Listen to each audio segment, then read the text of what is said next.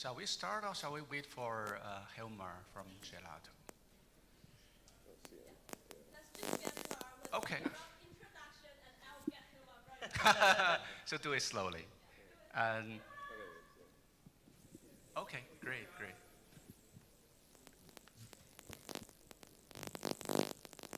All right, so hey, Hilmar. Right, okay. So let's get started. My name is Daniel Wang. I'm the co-founder and CEO of Taiko, a general purpose Type 1 based rollup for Ethereum. So I'm happy to moderate this, this panel.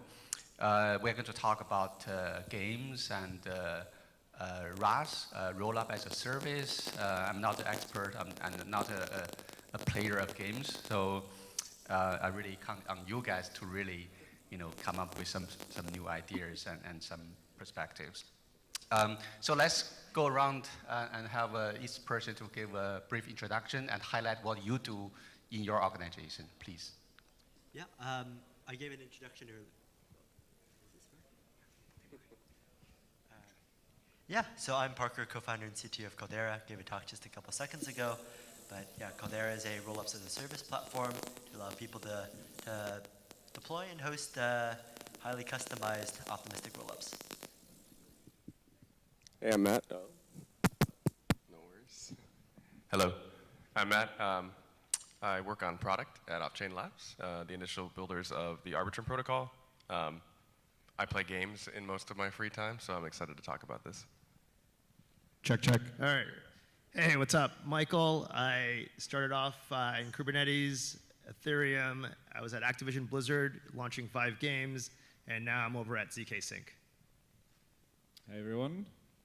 My name is Hilmar. I'm one of the co-founders of Gelato. Gelato is Web3's cloud platform. What we do is we help projects deploy their own rollups with a bunch of cool features such as integrated smart contract automation, account abstraction for zero gas rollups, and a bunch of other cool services.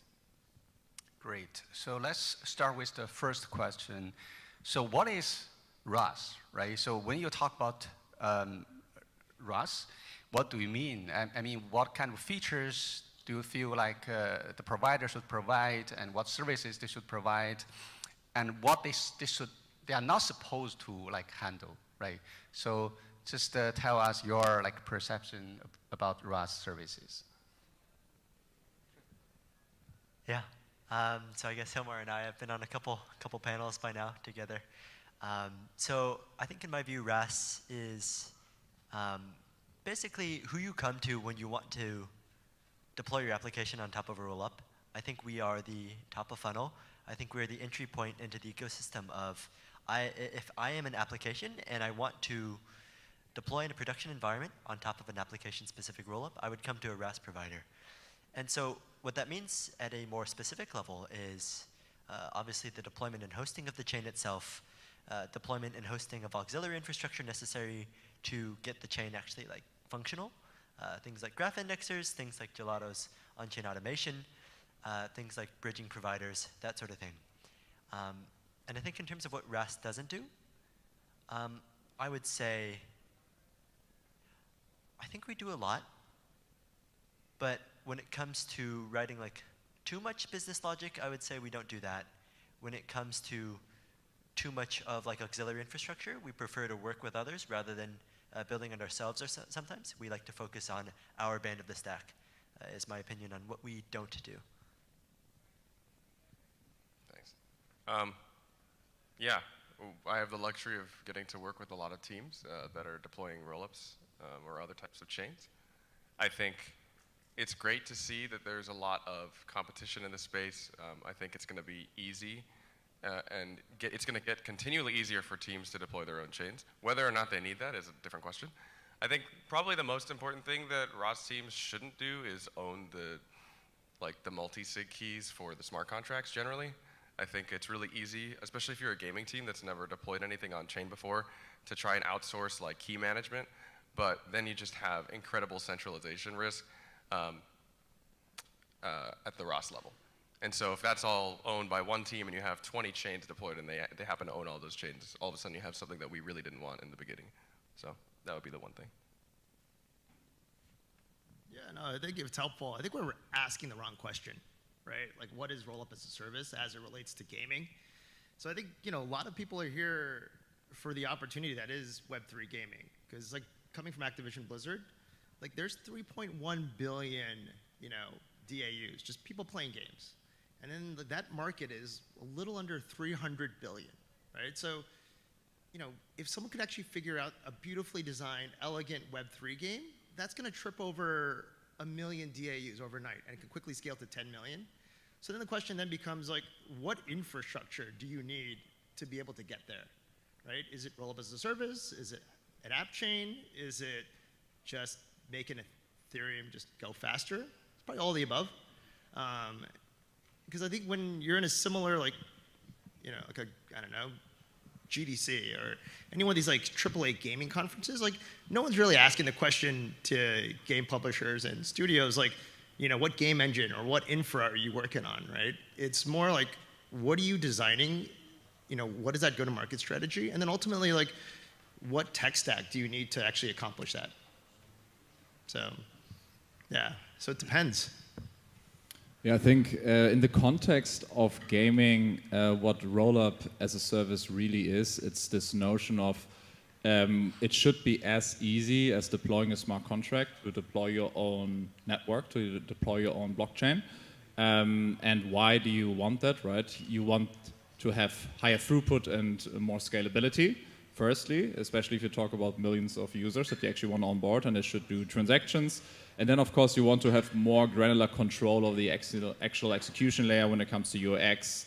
You might want to go into zero gas L2s. You might want to do certain, I don't know, in the transaction lifecycle management of your application, you might want to access some data that's not available on chain, for example. At the sequencer level, there are all these kind of things that you might want to do and for your application that are not possible to be done on Ethereum or Polygon or other networks, and so having your own roll-up, your own sort of database that's custom to you unlocks a bunch of things you want to do, and this is really what roll-up as a service is for. And it's not like the end state, right? It's just one part of the puzzle. You need a lot of other things to actually then build a compelling application, but it all starts at the roll-up, in my opinion, in terms of the scalability, and then you can build on top.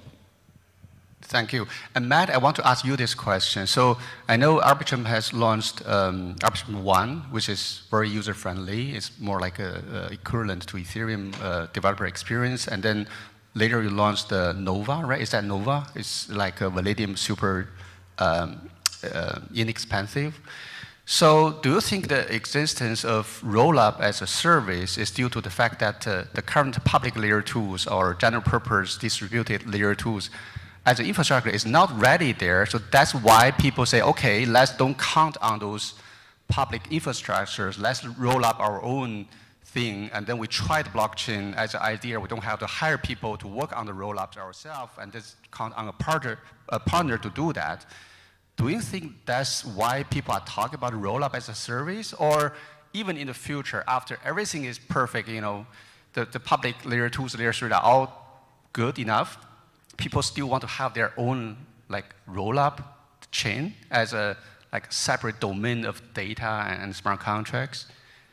What's your take there?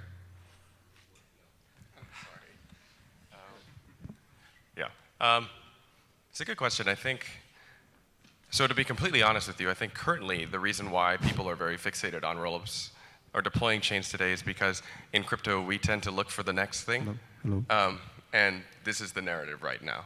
People are focused on kind of what can I deploy to attract users, and if I have my own chain, and then I launch an asset that is associated with that chain, that's going to be attractive to users. So that really got this cycle going. Now that we've started looking at it, I think critically from an ecosystem level, there are a lot of benefits to having your own chain. I think the most important thing there's two big things I think in the context of gaming. So one is onboarding users, like user acquisition costs. You mentioned there's billions and billions of users. If you're playing a game, like if you're playing Overwatch or WoW, when you're mining ore, you don't pay to get the ore, right? You're not paying for everything that would be then associated with an on-chain transaction. So gaming teams and publishers are going to want to abstract that cost and that friction away from the users. If you're doing that on a layer 2 or a layer 1, and you want to pay for them to bridge funds in, that's really expensive. So particularly when you're onboarding new users, if you have a separate chain that is built on top of an existing scaling solution, it's a lot cheaper to onboard new users, and you avoid congestion when there's, say, volatility in the public markets that might affect other things that you want to kind of hide your users from. The other thing is just control over access to the block space and customizations to the core protocol that you can't do by, say, a DAO-governed chain or something that a lot of users are using. If you're going to test things and break things, you don't want to do that in a public network with billions of dollars that has a lot of people dependent on it. So I think, customization and flexibility of the chain protocol itself, and then really the cost of onboarding users, the user acquisition cost, is something that I think is kind of important to evaluate. I see. So the cost reduction is one concern. So you mentioned configurability, right? So how to customize the rollup for a change for apps. So I want to hear from Parker and Hilmar, because you are offering the rollup as a service, right? So which part of the infrastructure, the offerings that can be customized, can be changed to to support apps such as games? Parker, yeah, maybe I can start and then feel free to jump in. I think we have a bit of opposing views on this, so it's maybe interesting for the audience.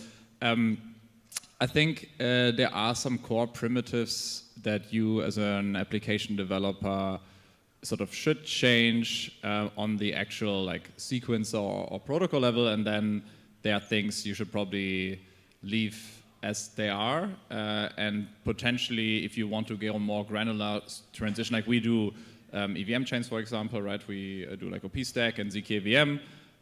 We are not now doing app chains on Cosmos SDK based. This is not what we are doing, right?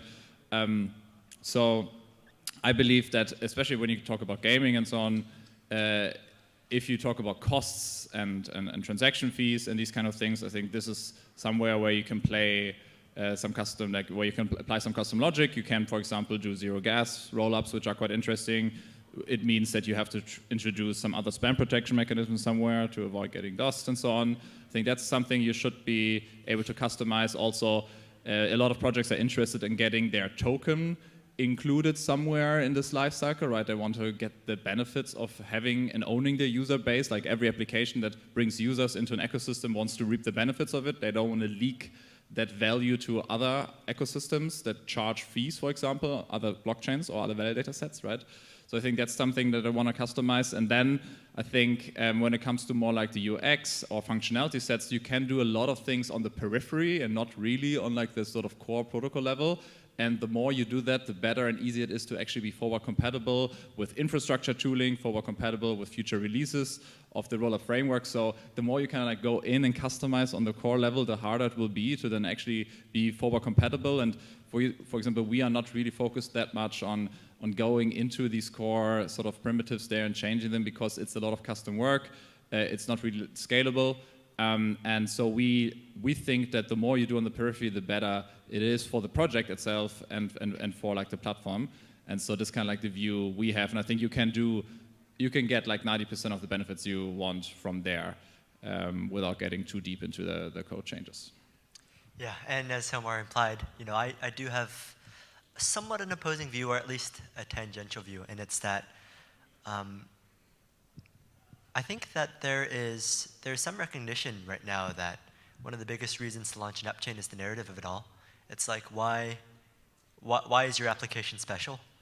Why should you bother launching a rollup? What is the reason why this is worth bringing into the world? And I think making sort of customizations at the node level is one way to achieve that. I don't necessarily think it's the right thing to do for every team. In fact, when a team comes to us with a request for a certain custom feature, overwhelmingly we go, hey, can we do this at the smart contract layer? Can we do this off-chain? And that is the first thing we tell them is great, this is a good feature, we think it should be done, but can we do it not at the node layer? It is more dangerous, and it is more work to ultimately do it at the node level rather than doing it off-chain or at the smart contract layer. So there's some recognition that from a product perspective, it is not always the right thing to do to customize the chain itself. But I do believe strongly in the idea of embedding this customizability and having this like very, very deeply optimized execution environment for your ecosystem. I think that is a very strong narrative. And I think that when it comes to justifying why the Hector chain should even like exist to begin with, I think if you can sort of like, whittle down and ask yourself some honest questions about, can I do this off-chain? Can I do this at the smart contract layer? And if the answer is that it would make more sense from a product perspective to put this at the node layer, I think it's an excellent way to differentiate your chain. And I think it depends very much on the changes, right? I think there are some like codes, for example, that are not yet on Ethereum that you might want to support on your L2, like BLS signature verification, for example. There you can get like verifiable randomness on chain without trusting an external validator set, for example, or like transient storage opcodes to have UniV4 already be enabled, right? So there are features where these things are kind of like on the Ethereum roadmap, and they probably become relevant at some point and should be part of the protocol, but are not yet there because Ethereum is just very, very slow. And I think for those it makes a ton of sense. But the more random you go, the less forward compatible you will be, and the harder it will be, and the more work you will have. Yeah, I overall agree. Actually, it's funny that you mentioned that. Those first two features, BLS signatures and on-chain randomness, are actually things that we've done because we think those make sense on-chain. Yeah, if I could jump in, Matt made an interesting point that roll-up as a service, app chains, like that's the next thing in the narrative, right? And the reason that we talk about infrastructure for gaming, and coming from a AAA publisher, nobody talks about infrastructure, right? Like, you ask a Call of Duty developer what game engine like he or she is running on, they have no idea. Whether it's like Unreal, Unity, some kind of open source game engine or bespoke. And again, like that game engine, what infrastructure does it run on? Ali Cloud, AWS, I don't know, on-prem? Again, they don't know, they don't care. They just care that it works, it's reliable, it scales, and it supports the 150 million DAUs that Call of Duty does. And we talk about, at least within Web3, and that's part of me coming back to Ethereum and zkSync, is we talk about infrastructure because we haven't really figured out the actual hard problem, which is what is the unique go-to-market model, the value proposition a Web3 game brings? No one has actually quite figured this out. So the audience here, who's building or investing in games? If you can raise your hand. Or wants to, right? Okay, few. The folks who haven't raised their hand, good for you, because 99% of the Web3 games out there, dead on arrival, right? It's like, whatever's out there, do you actually see that scaling to 10, 25, 35 million DAUs? Probably not. And it's because no one's actually figured this out. I came from console, on Call of Duty, World of Warcraft desktop. When mobile gaming came out, everyone thought that thing was so whack, it wasn't going to make it, but now it's crushing it, right? And that's because people have actually figured out mobile gaming in creating a new audience of casual gamers, right? And that's the thing that I haven't seen yet in Web3 gaming studios or teams. Who's actually taking the unique properties of blockchain and then figuring out roll-up as a service, app chain, is it just on an L2, whether it's zkSync or Optimism? No one's then actually figured out what is unique about Web3 games that then could trip over 10 million DAUs. The moment that someone figures that out, they're going to be unbelievably successful, and then they're going to start copying what they're doing from an infra level. Michael, actually, I have a perspective that I'd like to get your opinions on. It is something that I hold weakly, so I'm not going to say I believe it too strongly, but here's something, and it's that why bother scaling Web3 games to 10 million DAUs? Why not scale it to 100 to 1,000 very wealthy speculators and do a token? I guess it's this is not a perspective that I necessarily hold, actually, or maybe hold weakly, and it's that crypto's product market fit has not been necessarily with the mass market. I think a lot of the most successful projects are not mass market applications. Maybe some of them are. I think Render Network in particular is a very interesting case study. But when it comes to crypto gaming, for example, like with DeFi, and maybe this is, I'll also caveat by saying maybe it's like short-sighted. So, I'm undermining my position quite a bit here. Just to make sure like I am as like intellectually honest as possible, but like why bother scaling to that many users? It is a very hard problem. Why not scale to X number, 100 or thousands of DAUs and go to market that way? And you can be successful in crypto because that's what a lot of crypto apps have been successful doing. Yeah, no, you totally could, right? And you kind of see that with the top NFT collections. Yeah. Right? It doesn't, whether you're Yuga, Pudgy, Azuki's, they don't necessarily need to scale it out to, a community of 10 million. They've actually have a hardcore community. And from there, it's obviously, something that's self-sustaining, and they can then have the opportunity to move into, take that IP and then move into other areas. So it's totally valid. I actually thought that play to earn was actually really, really unique in that it actually did create a new class of gamers. Now, granted, they were gamblers, but it was actually super interesting. It just wasn't sustainable. So whether it's the second iteration of play to earn, maybe it's play to own, or something more smaller community driven with, high transaction volume, maybe. But no one's actually really working on that problem to then figure out, okay, what infra stack do I need to then go make that happen? Like the only one thing that I've actually seen super interesting is what the Pudgy Penguins people are doing right now. In that they took Web3 IP, what they were doing about like a little over 400 million of volume, took that, created these little plushy figurines, got them into 2,000 Walmart stores, which that in of itself is not interesting because that's like the Disney licensing model. But then when you open these boxes, there's a QR code that drops you into an open world game called Pudgy World. And then through all this, I think once you actually have all the traits, the player progress that lives on chain that you actually own as a player versus me coming up through World of Warcraft, and if I'm living in China and then, NetEase decides not to be the publisher anymore, I'm shit out of luck. And all of my 15 years of player progress, legendary items just vanishes overnight. And this is why Vitalik had started Ethereum. All of a sudden now you're actually, solving that for this new class of gamers. And then you can figure out interesting business models where as plushies sell at Walmart, as traits are being bought and sold in the open world game, all of that goes into some kind of revenue sharing model back to the actual NFT holders of Pudgies and little Pudgies. I don't know if that's the way to go, but that's probably one of the most interesting business models I've seen in Web3 gaming right now. Thank you. I like the way how we interact with each other. I don't have to ask all the questions. Feel free to ask. I also don't really know much, so yeah, I'm not a take gamer. what I say with a grain of salt. Yeah, I'm not a gamer, but when I think about Web3 games, I feel like DeFi games as well. It's DeFi is just games, right? It's just lack of the fun part. I mean, the fun part is making money, right? Yeah. You just add some graphic, to make it even more fun. And then we have Web3 games. If you bring Web2 games to Web3 and you don't have this incentive thing built in, it's probably never going to have to compete with Web2 games centralized, Yeah. So I think I want to ask another question, Hilmar, talk about the Gelato offerings.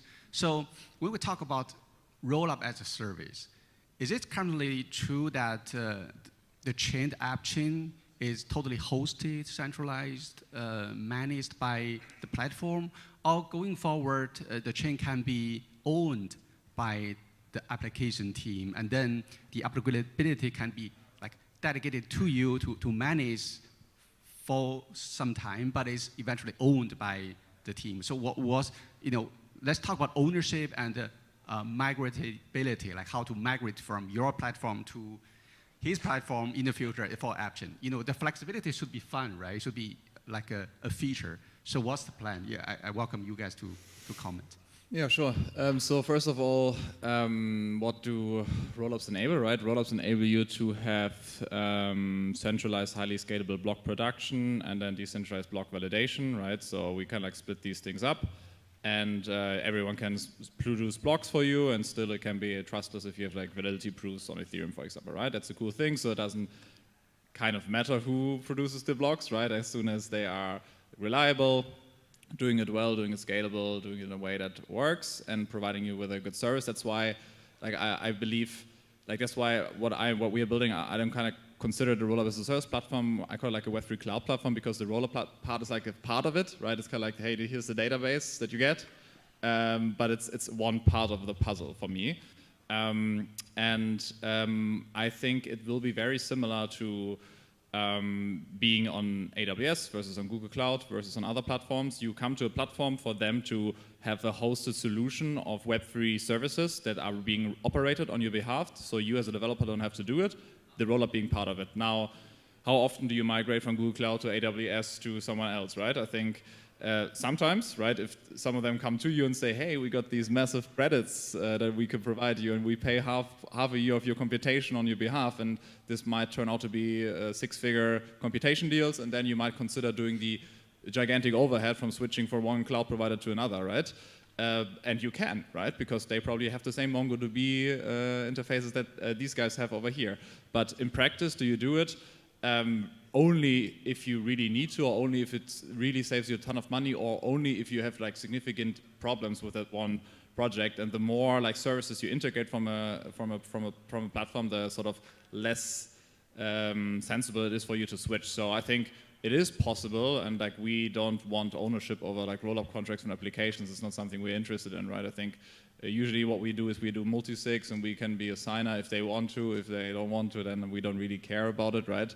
So it's for me all about actually like the sort of like the end-to-end platform that we provide to developers with all the services they want. And yeah, so they should have the optionality to do so for sure. Like you should have the optionality to go from AWS to Google Cloud. It's for me the same thing. Yeah, totally agree.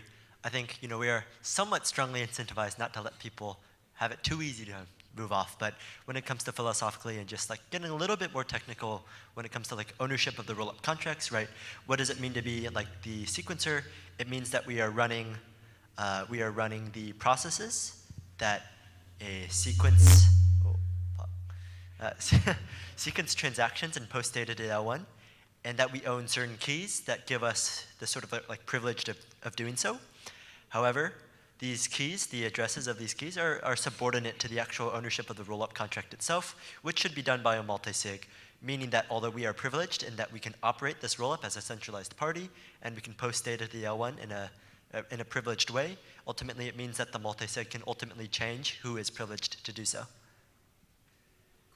So Matt, I want to ask you a question. You can refuse to answer. So this question was actually prepared for Michael, but I think it's going to be fun to ask Matt. What do you think ZK can bring to like rollup as a service? I know you offer like optimistic rollup services, but if you think about ZK, what's the best thing that you can think of to offer as part of rollup as a service? Instant finality. I mean, say we have like, dedicated hardware that's optimized like tensor processing chips for ML models that are actually built for the purposes of ZK proving, and you can actually prove in a transparently cheap manner, which is currently not the case in the industry. Then all games, all transactions can instantly be confirmed and settled on whatever parent chain they want. And for games, that's amazing, right? I mean, if you look at games today in crypto, the ability for users to know that they actually own the asset is limited by the finality guarantee that the game operator chooses to use, whether that be the sequencer feed or the actual validation on L1, which can in some cases be up to a week. So I think that's the biggest possible unlock. I don't think gamers care about privacy at all. I mean, and specifically if you're about to make a decision in terms of like what action you're going to use, you're playing chess, right? You're sending a message to the chain. Maybe that's exposed in some kind of way, and you need a ZK proof to obfuscate your move, which I don't think is necessary. You could probably just encrypt the message. That could be another use case, but the biggest thing is just the speed at which your transaction is confirmed. We're not there, so I mean, currently today, if you're a game team and you want to deploy in an ecosystem and you want users, depending on your go-to-market strategy, which I think we all kind of understand is currently still being figured out in the industry, you want to go where the users are, and they're on optimistic rollups. Yeah, and maybe like I don't think for any game it makes sense right now to have like a ZK rollup. Like games should optimize for having cheap transactions or free transaction preferably, right? It's all about UX. And ZK rollups are fantastic technology, and they will be very cool, especially once costs come down for proving. But right now, if you want to cut down costs, then yeah, a zk rollup is just not feasible for you as a game developer. Let's say if you do like high value DeFi things, then for sure that should be the case. But yeah, it should really be specific about use cases here. And yeah, I don't think game users actually care and want to withdraw money very quickly. And if there's a bridge, they can still do so, right?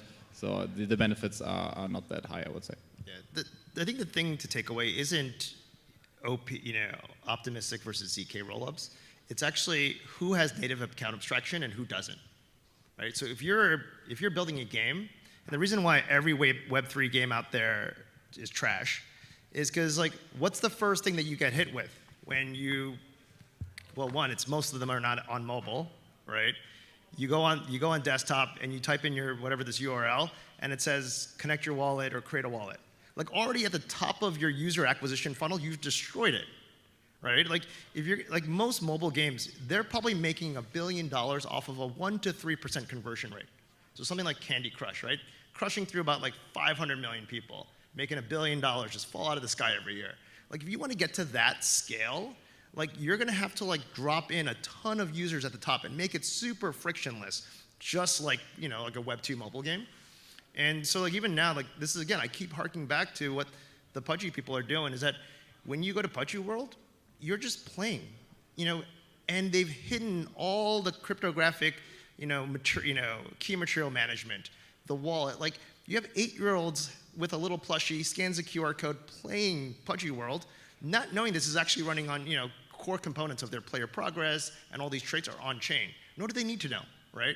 Just like when I'm playing Call of Duty, I don't need to know that what game engine it's running on, or depending on where I live, like what cloud infrastructure, it's being hosted by. And so whoever has that is gonna, one, just off the bat, compared to everyone else in the Web3 gaming field, will just win, just because you just have a better top of funnel user acquisition strategy.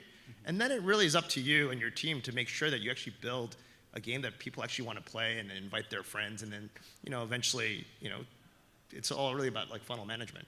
And you should do not only account abstraction, but like chain abstraction. They shouldn't be like, they shouldn't even know they're interacting with a blockchain as a gamer, right? They should just be able to log in with Google, Discord, have an account, see their game assets in like a wallet-like interface, and be able to trade it, transfer it, and that's it. And you can do so without having to expose anything, without having to expose gas. The only notion they must have is like a credit or like some sort of value, and so there must be potentially some sort of on-ramp, off-ramp, but that's already a threat.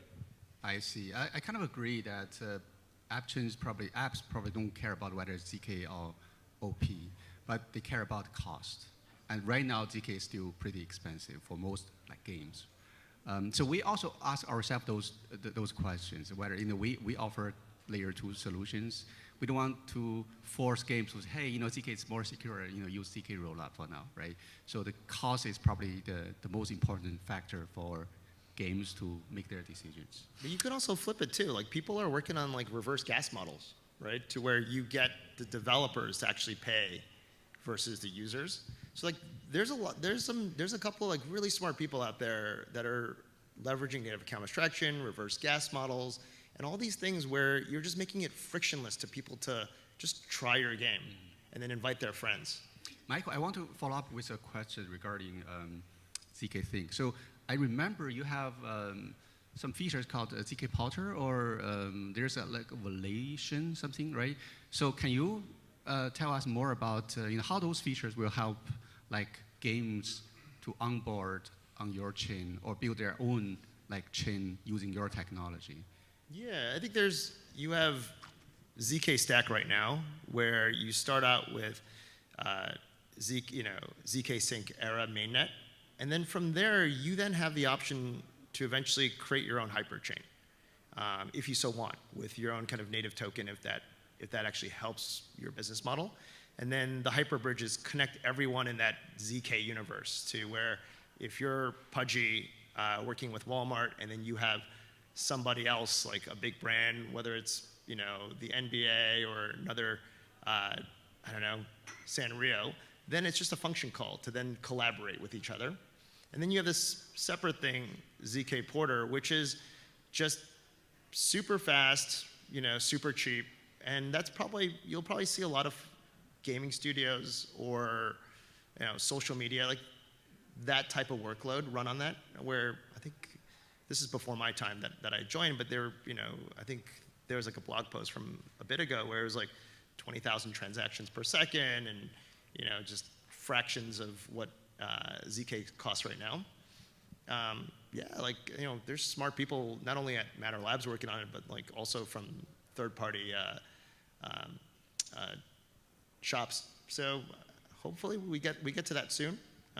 Just provide people with more just tooling and infrastructure options. Cool. You guys want to comment? Yep. Maybe kind of a topic, not to shift gears. Obviously, the technology is really interesting, but I have a perspective that I think not enough money is actually going into funding game development in the industry in general. My thought here is that if you look at publishers today, I mean, there's memes in this, right? Like on Reddit or wherever you want to look. Game publishers, particularly AAA publishers, are making record profits, yet they're laying off people. They don't have any incentive to open up their in-game economy to let players take that money out. There's no reason why they would want to do this. This would be literally a net loss for the company, and they would just eat away at their profits over time. So the only way to actually reach one of the possible endgame states for Web3 gaming is to have a kind of legion of games that are, one, most importantly, fun, and have large enough in-game economies that can compete with the current publishing companies today, such that if you're about to play a game, you have two equal options. I can play an MMO with a closed economy, or I can play an equally fun one with an open economy. The problem is, if you look at the game industry, it's really hard to build a game. And it takes years, and oftentimes developers are put in like the worst possible working conditions for years on end, only to release a game that doesn't even work when it comes out. So the current industry in Web 2 is already fundamentally broken. And we're trying to make a pitch that we're going to bring these games on chain and somehow then make it even more interesting. I think the only way to do that is to take a significant bet.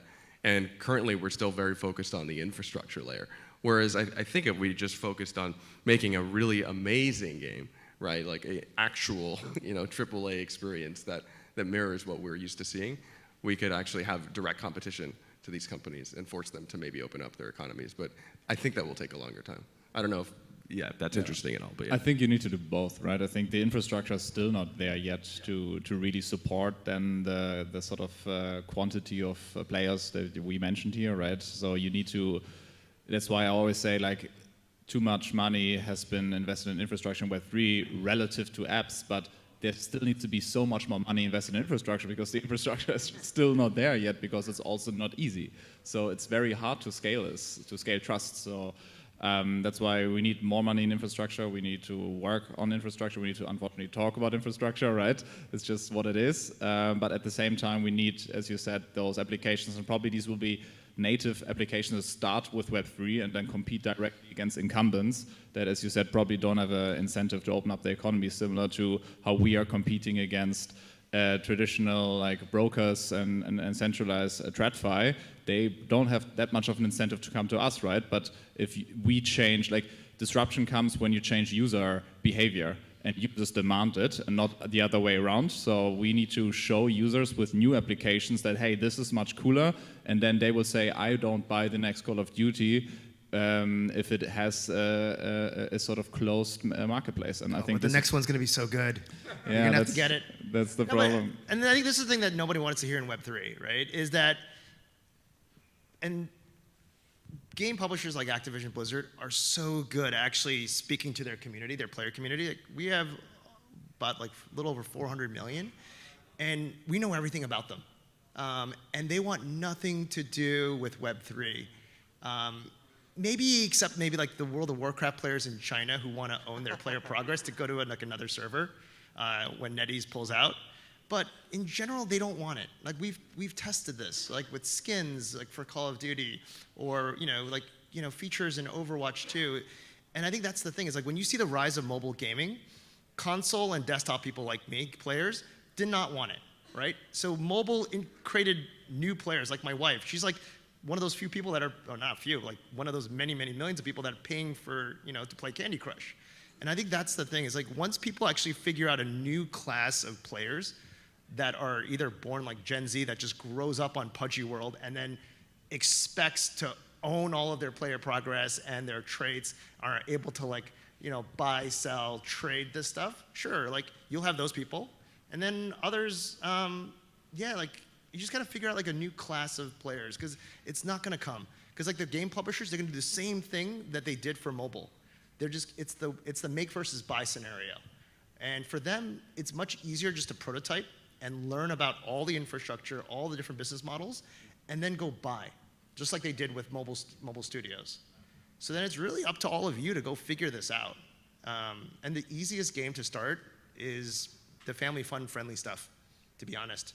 Like Hello Kitty Island, you know, party animals, like things that are just, people just, you know, want to invite their friends and play, and then you got to figure out like, you know, what's like the blockchain hook. I think one reason that some games want to have their own chain is because they want to inject a token in the game. So that means some new risks for roll-up as a service providers, right? What if their tokenomics goes wrong, introduce some like Ponzi scheme, you know? What's your like imagine, like how do you take care of that risk, like from a legal or regulatory perspective? I didn't understand the question, unfortunately, due to the noise. Did you? Sorry? Did you understand the question? The question is really about like if you have you onboard customers, right? The game companies. What if they design the game in a way that is really like a scam? Yeah. Ah, cool. Well, so we are quite careful about which projects we partner with. So we don't onboard any project to our platform. We actually are very focused on right now working with a few very high quality projects rather than with too many, like with just a sheer quantity of projects. This might change in the future. So you KYC them? We do very high due diligence on them, but not only from like legal regulatory, but just from a quality point of view. Do we believe in that project? And how much do we like? So there are two ways. There's one sort of self-servicing part, which is okay, whoever wants to do it. And then there's one which is like a deeper partnership and where we also invest deeper resources in, and this is much more like an exclusive sort of set of projects that we work with. There are like two different kinds of services that we provide to them. And I guess from a legal point of view, right, of course there are contracts that are signed when they use our platform, but it's the same as if you go there on AWS and you start scamming people. Is AWS now responsible for the scam, or is it the project that used AWS servers to do something malicious, right? I think it's the same kind of logic. We provide compute at the end of the day, and what people do with the compute is up to them. We don't, and like I think it becomes problematic if you endorse people or if you do like, if you shill them or something like this and then they turn out to be something weird. I think there you should be careful, but it's where we have these separations between, hey, people using our platform and then people we really like partner with deeply. And yeah, this is how we deal with it. Yeah, we're about the same. I mean, you know, just from a business perspective, we don't want to take brand risk on projects that we think are going to be like obviously scams, but you know, people are quote unquote in the arena trying things. If it fails, or if they're in like good faith, but it fails, you know, I think that's just part of the game of crypto and over the next little bit. But I don't think we're like super judgmental about how they want to go about things, as long as we think that, you know, we can you know, publicly say that this was like a good faith attempt at a strong project.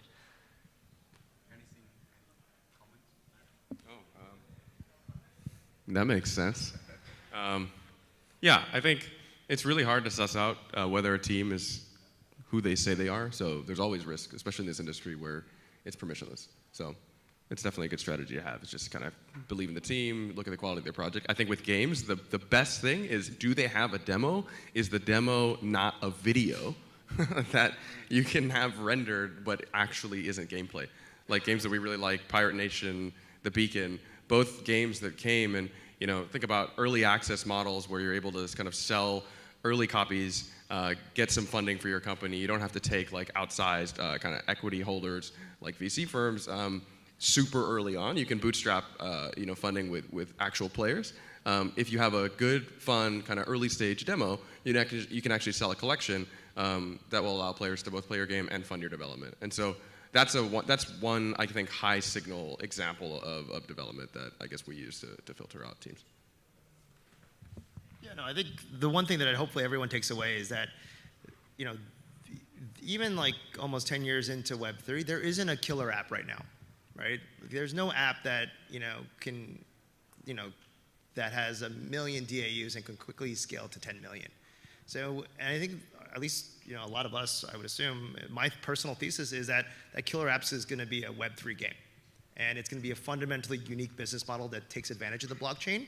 And then don't shy away from things like token if you're a developer, a studio, because that is probably one of the most interesting, innovative things about Web3. Obviously, you just got to, it mediates governance, it has to have utility. Once someone figures that out, it's going to be so obvious in hindsight. So hopefully, one of you do that, and hopefully you have lots of smart people here building infra to support you. I think we are out of time. Thank you so much for the panel. Great, thank you. Thanks.